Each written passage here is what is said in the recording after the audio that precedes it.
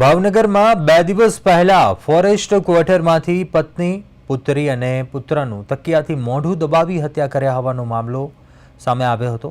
ACF Shailesh ખાંભલાએ તેમની જ પત્ની, પુત્ર અને પુત્રની હત્યા કરી હતી। શૈલેષ ખાંભલાના પિતા બચુ ખાંભલાએ ભારે હૈયે સોશિયલ મીડિયામાં એક વિડીયો વાયરલ કર્યો છે, જેમાં કહી રહ્યા છે કે પરિવારના 2 માસૂમ બાળક અને પુત્રવધૂની હત્યા કરનાર પુત્ર શૈલેષને કડક સજા થાય તેવી માંગ છે।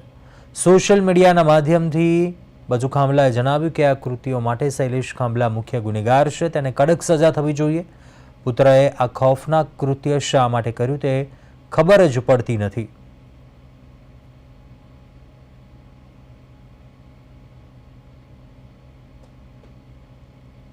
કે મારા 2 ફૂલ જેવા કુમળા બાળકો, મારા પુત્રવધુ ત્રણેયની સાથે જે અધમમાં અધમ કૃત્ય કરીને મોતને ઘાટ ઉતાર્યા છે, તો એ પ્રત્યે મને તો દુઃખ છે, મારો આખો પરિવાર દુઃખી છે, મારો એક પંખીડાનો માળો વિખાઈ ગયો છે।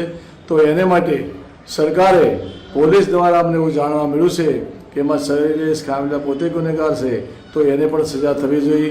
એની સાથે કોઈ પણ વ્યક્તિ સામેલ હોય એવું લાગે તમને તો એની પણ ઊંડી તપાસ કરી અને એને પણ કડક ને કડક સજા થવી જોઈએ। કારણ કે કોઈ પણ સમાજમાં આવો દાખલો ન બેસે, આ બહુ દુઃખદાયક છે।